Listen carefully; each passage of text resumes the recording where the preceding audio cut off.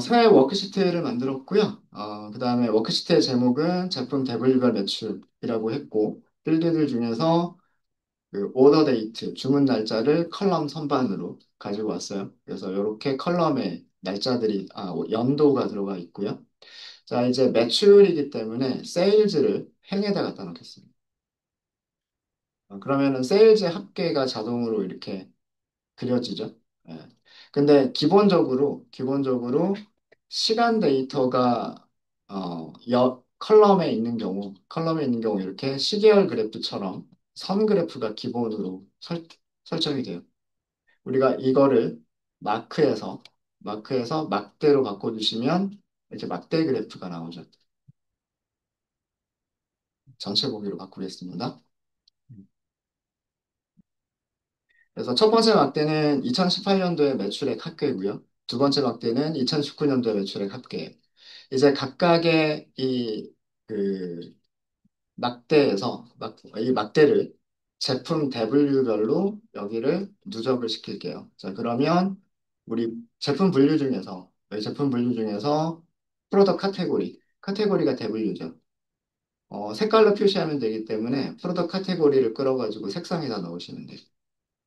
그러면 이렇게 색상이 표시가 되고요. 범례가 옆에 표시가 됩니다. 범례, 파란색은 가구, 그 다음에 사무용품, 전자제품, 이렇게 나와 있고, 안쪽에다가 레이블 써보도록 하겠습니다. 레이블은 이 막대의 크기, 즉, 매출액의 합계를 써주면 좋겠죠. 그래서 마찬가지로 세일즈를 어떻게 한다? 끌어가지고 레이블에다가 갖다 놓은 것입니다. 그럼 자동으로 이렇게 그 숫자들이 들어가게 되죠.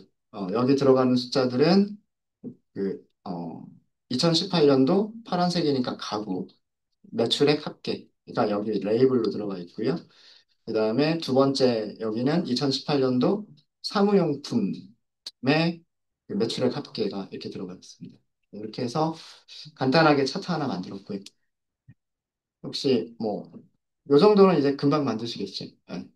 컬럼과 컬럼에 무엇을 넣을지, 그 다음에 행에 로우에 무엇을 넣을지, 그 다음에 안에 들어가는 데이터는 무엇을 사용할지, 뭐 색깔은 무엇으로 할지, 이런 정도만 선택을 해주시면 됩니다. 네, 이제 그 다음에 그 대시보드에 추가할 또 다른 차트를 하나 더 만들게요. 그래서 새 워크시트 클릭하시고요.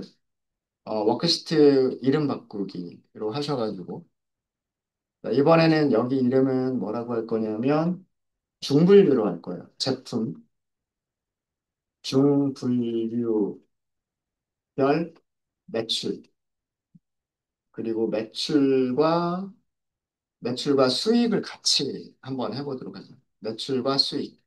이렇게 제목을 넣도록 하겠습니다.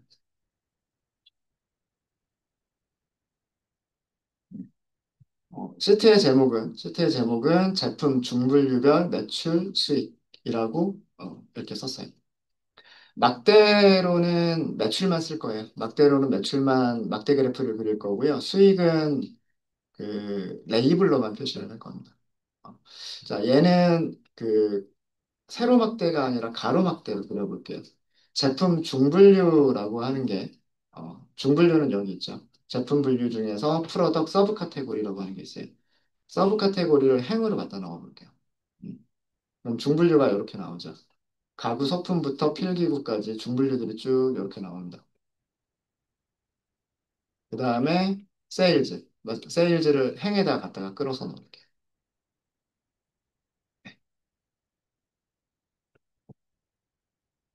어, 중분류만 하니까 이렇게 나오는군요.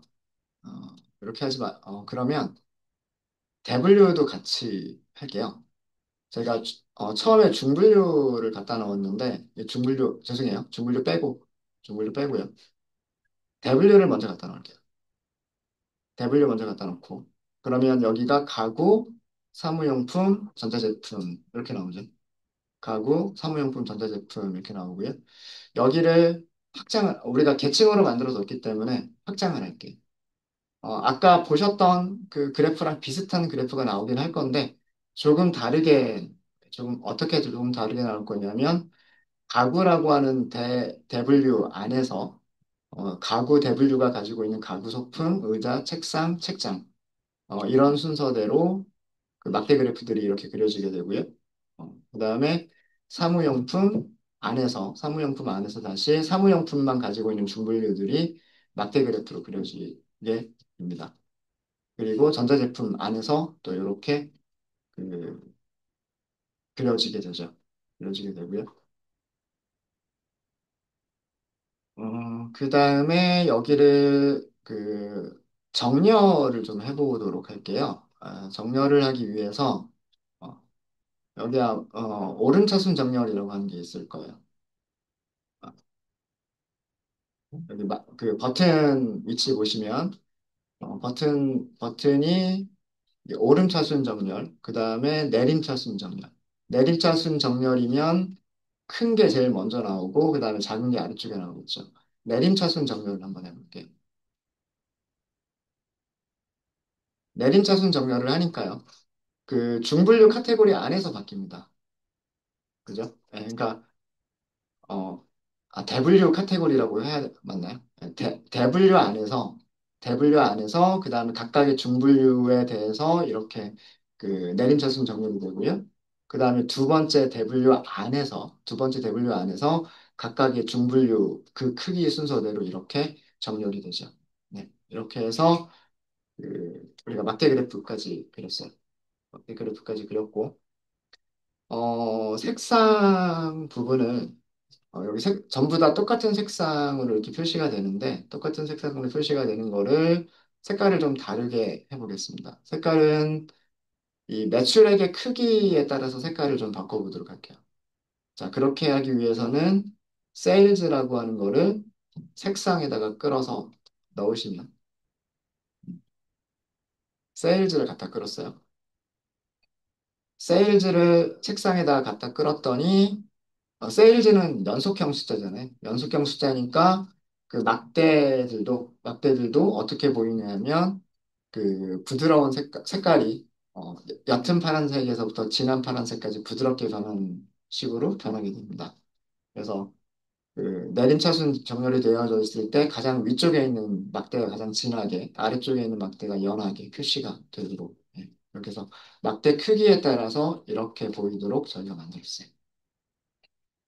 자, 여기다가 레이블을 추가해 보도록 하겠습니다. 레이블은 두 가지, 여기가 제목에는 매출하고 수익이라고 썼잖아요. 매출하고 수익이라고 써서 매출액도 레이블로 넣고요. 그 다음에 수익, 프로핏이라고 하는 것도 여기 매출액에다가 저기 레이블로 넣을게요.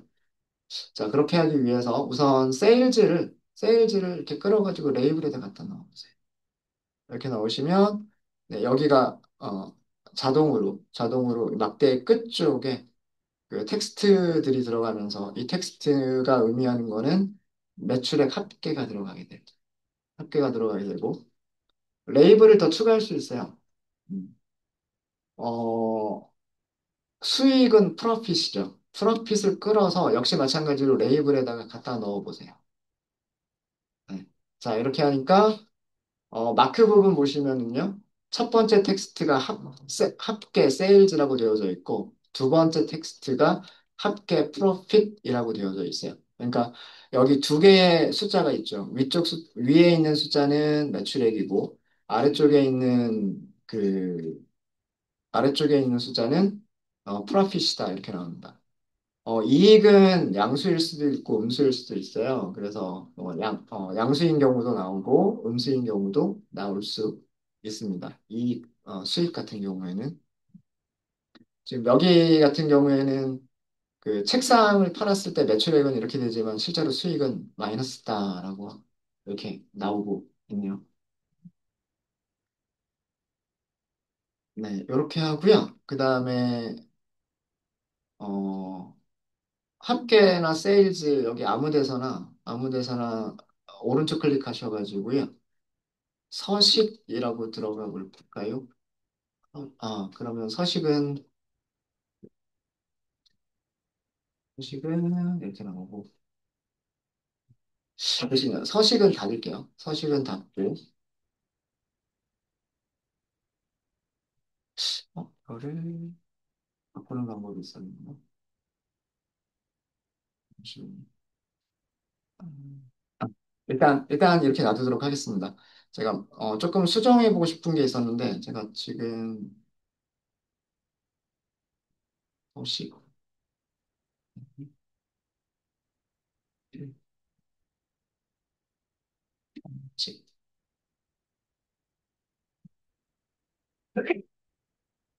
메일.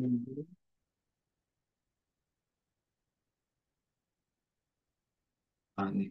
일단 제가 뭔가 수정하는 건 제가 조금 이따 찾아보고 이 정도로만 할게요. 자, 그래서 저희는 대시보드에 사용할 두 개의 차트를 만들었어요.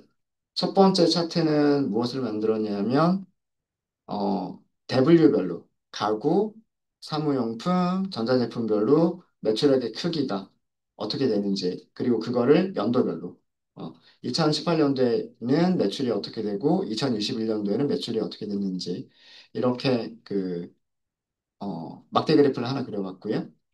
그 다음에 두 번째는 중분류별로 조금 자세하게 본 거예요. 중분류별로 만약 가구인 경우에 의자의 매출은 어떻게 되고 의자의 수익은 어떻게 되고 그다음에 책상의 매출은 어떻게 되고 책상의 수익은 어떻게 됐는지라고 하는 부분을 이렇게 막대로 그린 겁니다. 이 두 개의 차트를 하나의 대시보드로 합쳐서요. 어떻게 만들 거냐면 이렇게 만들 거예요. 예를 들어서 2018년도에 여기 가구라고 하는 걸 이렇게 딱 클릭을 해요. 클릭을 하게 되면 중분류에서 요 그래프만 보이는데 이 그래프의 실제 숫자들은 이거는 지금 전체 연도잖아요. 전체 연도가 아니라 어, 2018년도에 요 가구 매출 190-439-142라고 하는 이 금액에 대해서 얘네들이 이렇게 막대를 그릴 수 있도록 그렇게 대시보드를 만들어 볼 거예요. 자, 그래서 지금 저희는 대시보드에 필요한 두 개의 차트를 만들었고요. 대시보드에 필요한 두 개의 차트를 만들었고, 자, 이제 대시보드를 만들어 보겠습니다. 대시보드를 만드실 때에는요, 아래쪽에 메뉴들 중에서 워크시트 버튼 옆에 보시면 대시보드라고 하는 버튼이 있어요. 새 대시보드라고 하는 게 있죠. 요거를 클릭하겠습니다. 여기도 이름을 먼저 바꿀까요? 여기서 이름 바꾸기라고 하시고요. 이름은 제품 분류별, 제품 분류, 분류별 매출, 대시보드 이렇게 할게요.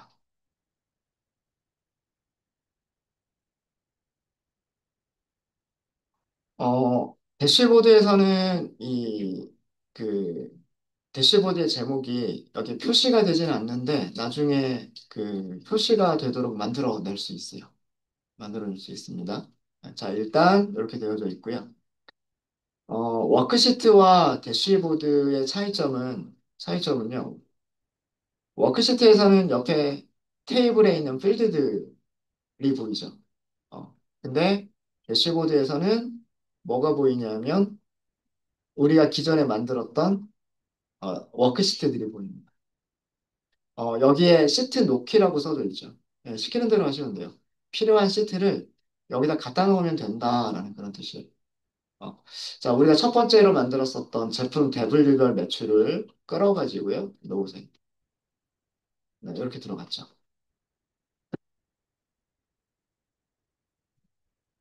그 다음에 두 번째로 만들었던 제품 중분류별 매출이라고 하는 거를 끌어서요. 자, 이렇게 끌어서 놓으시게 되면 마우스 이렇게 움직이시다 보면은요, 얘네들을 넣을 수 있는 위치가 있어요. 위쪽에다 넣을 수도 있고, 아래쪽에다 넣을 수도 있고, 왼쪽에다 넣을 수도 있고, 오른쪽에다 넣을 수도 있어요. 그러니까 위치를 지정하는 거예요. 두 번째 워크시트에 있는 차트를 왼쪽에다 넣을 거냐, 오른쪽에 넣을 거냐, 위쪽에 넣을 거냐, 아래쪽에 넣을 거냐를 선택하실 수 있어요. 오른쪽에다 넣을게요. 너무 작죠? 작죠? 여기 대시보드의 크기를 조정하는 거는 이 왼쪽에 있습니다. 여기를요. 여기를 그 범위라고 하지 마시고요. 범위라고 하지 자동으로 해보세요. 자동. 그러니까 크기를 우리가 주는 게 아니라 이 전체를 사용하겠다라고 하시는 거예요. 네. 그래서 크기를 자동으로 조정하니까 지금 화면에서 사용할 수 있는 모든 그 화면을 전부 다 사용을 하게 됩니다. 옆에 제품 대분류별 매출이라고 들어가 있고요. 그 다음에 제품 중분류별 매출이라고 들어가 있고, 그죠? 두 개 워크시트에 만들었던 내용이 이렇게 좌우로 배치가 됩니다. 그리고 범례 같은 경우, 아까 여기 범례가 있었죠? 여기 범례가 이렇게 있었는데, 범례 부분은 제일 오른쪽으로 밀었어요. 그죠? 그래서 위쪽에 있는 범례는 여기 제품 대분류별 매출을 의미하는 그런 범례고요. 지금 제가 선택을 해버려가지고.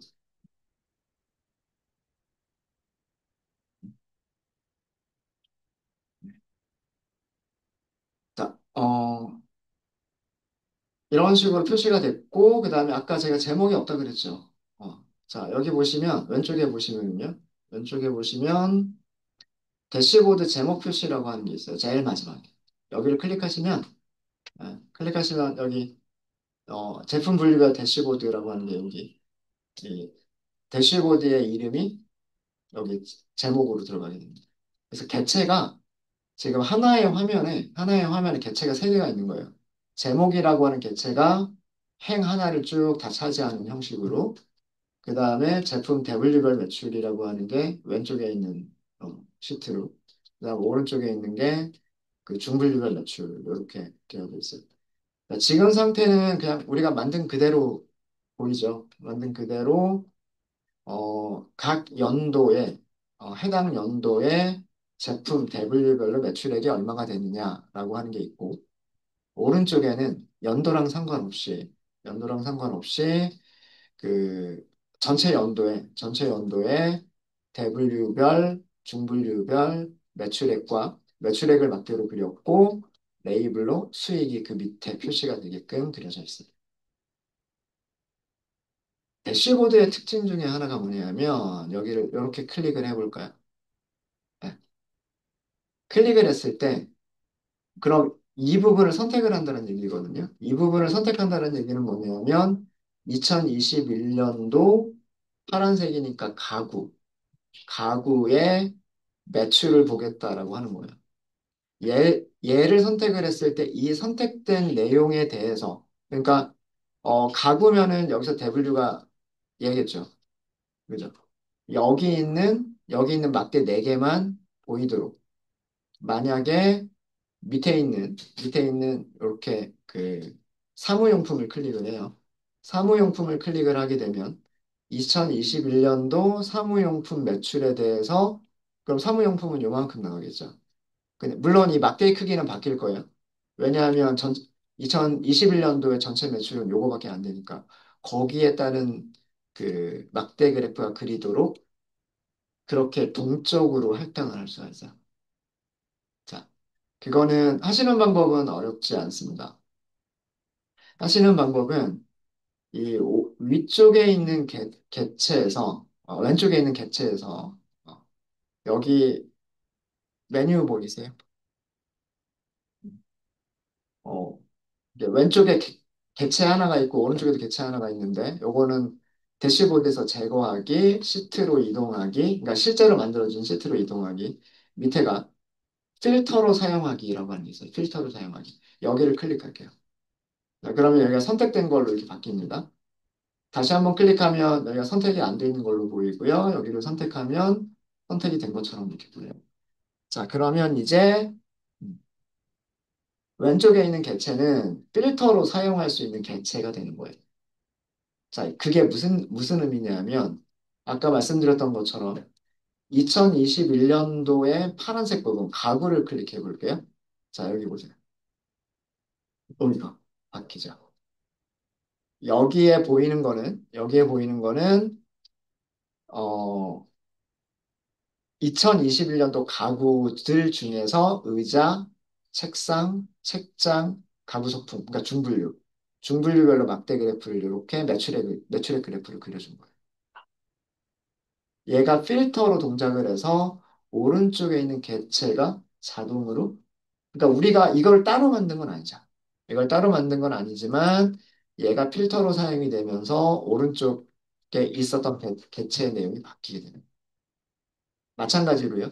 아마 여기 있는 숫자들, 어, 115, 73, 36, 35 요거를 다 더하면 아마 260 이렇게 될 거, 앞자리 숫자가 아마 그렇게 될 거예요. 밑에 있는 거 클릭해 볼까요? 네. 밑에는 W가 뭐예요? 여기 보시면 사무용품 이렇게 돼 있죠. 사무용품. 그죠? 네.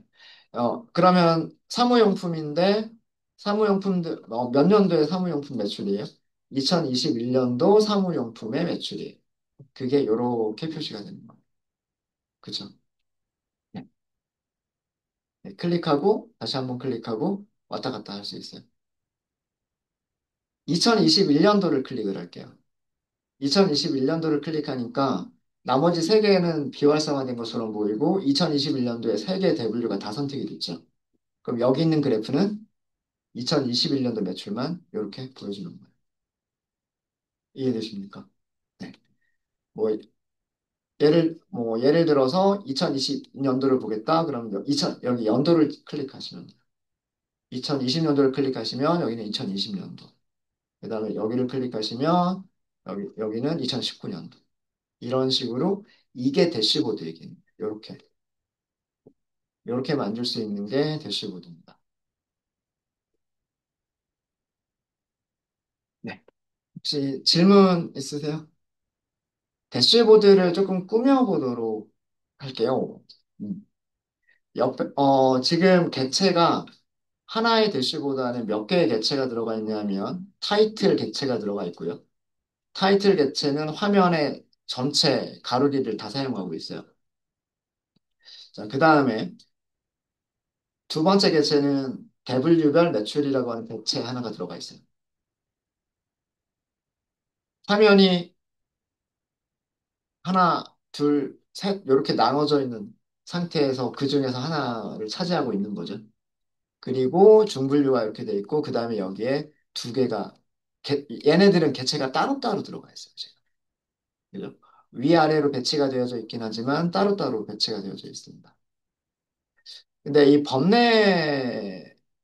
법내가 표시가 되어져 있는 이 개체들을 보니까 음, 물론 이렇게만 보시는 것도 크게 문제가 되진 않겠지만 얘랑 얘랑 너무 떨어져 있으니까 보기가 좀 안 좋은 것 같아 보여요. 그래서 이 범례는 이쪽 W 매출 쪽에다가 그 다음에 요 세일즈라고 하는 요 범례는 막대 색깔은 이쪽에다가 넣고 싶어요. 자, 위치를 어떻게 잡을까라고 하는 거를 생각해 보셔야 되는데 저는 이렇게 할게요. 이 아래쪽에다가 이렇게 할까요? 두 개의 객체가 들어갈 수 있는 그 어떤 영역을 잡을게요.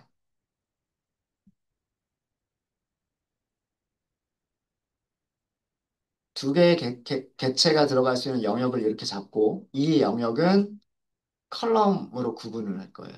그러니까 두 개의 객체가 컬럼으로 들어갈 수 있도록 이렇게 해서 얘는 이쪽에다가 끌어서 놓고 얘는 이쪽 오른쪽에다 끌어서 놓고 이런 작업을 해보도록 하겠습니다.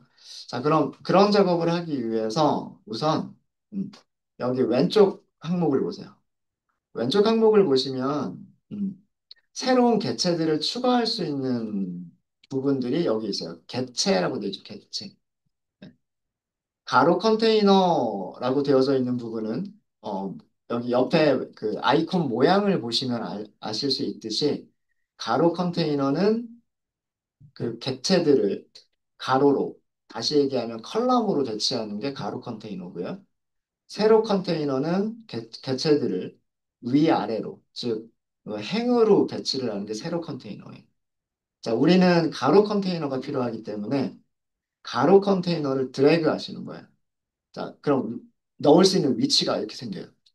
자, 제품 대분류에도 넣을 왼쪽, 오른쪽, 위쪽, 아래쪽 이렇게 넣을 수 있고 그 다음에 중분류에도 위쪽, 아래쪽, 왼쪽, 오른쪽 이렇게 넣을 수 있고 마우스 위치를 조금 이렇게 더 바꿔보시다 보면 전체 화면의 아래쪽에도 넣을 수가 있어요. 그죠? 자, 전체 화면의 아래쪽에다가 이렇게 넣어볼게요. 자, 이렇게 넣으니까 여기에 어떤 새로운 객체들이 들어갈 수 있는 컨테이너가 이렇게 만들어진 거예요. 선택한 건 우리가 가로 컨테이너를 선택을 했기 때문에 가로로, 컬럼 방향으로 개체들을 넣을 수 있도록 만들어진 거예요. 자, 이 상태에서 여기 프로덕트 카테고리라고 하는 거 있죠. 얘를 끄세요. 어, 이렇게 아마 그 마우스 모양이 이렇게 바뀔 거예요. 그랬을 때 끌 수 있을 거예요. 그렇게 해서 끌어서 여기다가 갖다 넣으세요. 갖다 넣었고. 자, 그 다음에 세일즈라고 하는 것도요. 이렇게 하시면 마우스가 이렇게 바뀌죠. 갖다가 끄세요. 이렇게 옆에다 갖다 놓을 수 있죠. 옆에다가 갖다 놓으세요. 네, 이렇게 해서 좌우로 배치를 했습니다. 크기는 뭐 이런 식으로 조절하실 수 있으세요. 크기는 이런 식으로 조절하실 수 있으시고, 그 다음에 여기도 마찬가지예요. 여기도 크기를 이렇게 조절하실 수 있으세요. 이런 식으로. 그러면 범례가 어, 해당하는 차트 밑에 범례가 바로 보이도록, 해당하는 차트 밑에 범례가 바로 보이도록 이렇게 할 수가 있죠. 그럼 그 가로 길이를 조금 더 넓게 쓸 수가 있었던 거예요. 왼쪽 차트, 오른쪽 차트 이렇게 여기를 조금 더 그, 어, 사용할 수 있게끔 이렇게 만들 수가 있었고요. 그 다음에 여기는 그 각각 해당하는 그 차트들 밑에 이렇게 그 하도록 그렇게 만드실 수가 있으십니다. 그 다음에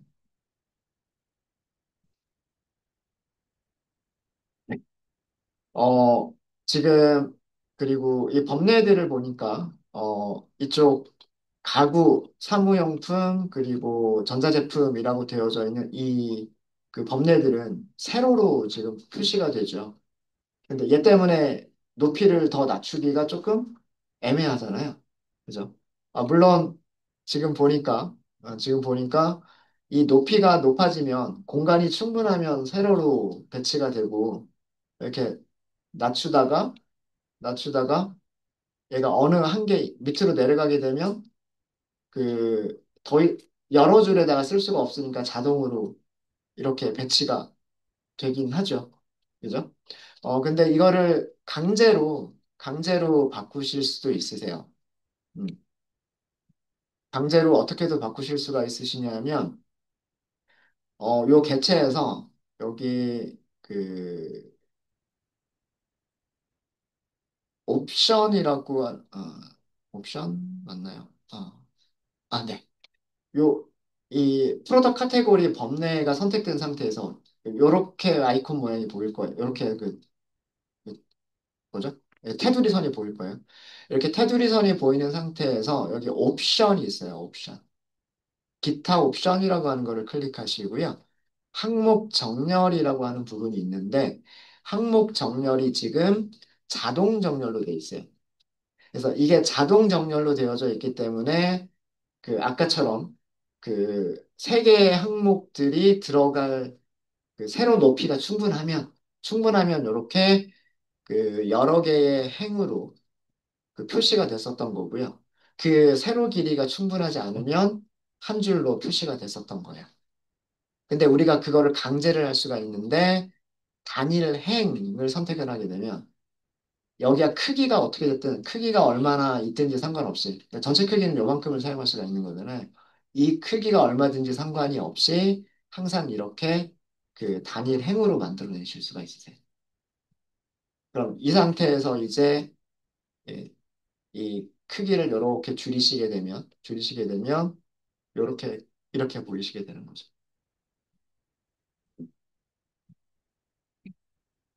그래서, 어, 오른쪽은 그 범례가 한 가지 종류밖에 없잖아요. 색깔이 여기서부터 여기까지 변한다라고 하는 한 가지밖에 없기 때문에 이쪽하고 이쪽하고 비슷한 크기로 맞춰주기 위해서 여기도 단일행으로 만든.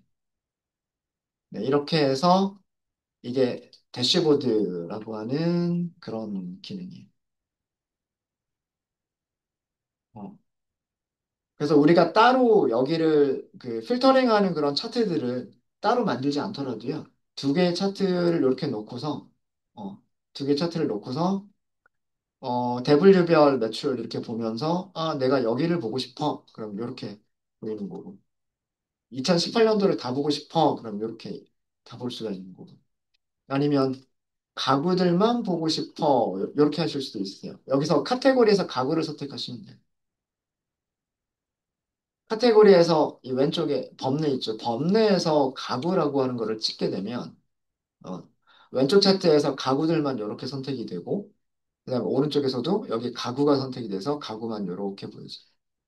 네. 모든 연도의 가구의 합계 이런 식으로 그 보실 수가 있으신 겁니다. 네. 이 기능은 필터를 넣었기 때문에 네, 이렇게 해서 간단하게 그 대시보드라고 하는 거를 만들어 봤어요. 혹시 질문 있으십니까? 되게 재밌는 기능들이 되게 많죠. 그러니까 그 다시 한번 정리를 하면 우선은 대시보드에 사용될 워크시트를 만든다. 차트나 테이블을 만든다라고 하는 거예요. 그리고 여기에서 뭐 서식이나 이런 것들 꾸밀 수 있는 것들은 다 여기서 다 꾸며놓고요. 그리고 다른 것도 마찬가지. 이렇게 해서 만들어 놓고 대시보드를 만들어서 대시보드에는 그 워크시트를 개체로 추가를 하는 겁니다. 드래그 앤 드랍을 하시면 되고 이 레이아웃 있죠. 이런 레이아웃들은 이 컨테이너를 가지고서 하시면 돼요. 가로 컨테이너는 왼쪽에서 오른쪽으로 배치하는 거, 세로 컨테이너는 위에서 아래로 배치하는 거. 그래서 어, 원하는 위치로 잡을 수가 있어요. 뭐 차트 두 개를 상하로 배치할 수도 있는 거고, 차트 두 개를 좌우로 배치할 수도 있는 거고요. 더 많은 차트들이 들어간다라고 하면 역시나 마찬가지로 더 많은 차트들을 넣으실 수도 있으신 거예요. 만약에 하나의 대시보드 안에 네 개의 차트가 들어간다. 그럴 수도 있거든요. 그러면 어떻게 하냐 하면 음, 가로 컨테이너를 우선 만드는 거예요. 가로 컨테이너는. 가로 컨테이너니까 이렇게 좌우로 배치할 수 있는 게 되겠죠. 네. 그리고 각각의 가로 컨테이너 안에다가 여기다가 요 안에다가 세로 컨테이너를 넣고 여기도 세로 컨테이너를 이렇게 넣는 거예요. 그러면 그 네 개의 차트가 들어간 그런 것들을 만들어 내실 수가 있는 겁니다. 그래서 필요에 따라서 그 원하는 개체들을 원하는 레이아웃으로 원하는 개체들을 원하는 레이아웃으로 만들어낼 수가 있고 그다음에 대시보드의 그 좋은 특징 되게 그 편리한 기능 중에 하나가 어떤 하나의 차트를 다른 차트의 필터로 이용할 수 있는 기능이 있다. 그래서 처음에는 이렇게 전체적인 내용을 다 보다가 아 여기만 봐야지라고 하게 되면 거기에 대한 얘가 필터로 동작을 해서 두 번째 차트가 그 필터가 적용된 차트로 자동으로 변환이 되는 거예요. 네, 이렇게 해서 그 간단한 대시보드를 하나 만들어 봤고요. 혹시 여기까지 질문 있으실까요? 질문 있으십니까? 질문 없으세요? 생각보다 간단하게 끝났죠. 네. 어, 대시보드를 하나를 더 만들어 볼 건데, 그거는 우리 오전에 했었던 이런 크로스 테이블들이 있었죠. 이런 테이블들을 가지고서 대시보드를 만드는 거를 해보도록 할게요. 그거는 약간 좀 또 주제가 달라지니까 시간이 좀 애매하긴 하지만 잠깐 조금 일찍 쉬었다 하도록 하겠습니다. 네, 여기까지 하고 잠깐 쉬었다가 다음 시간에는 여러 가지 텍스트 테이블들을 가지고서 대시보드를 한번 만들어 보도록 할게요.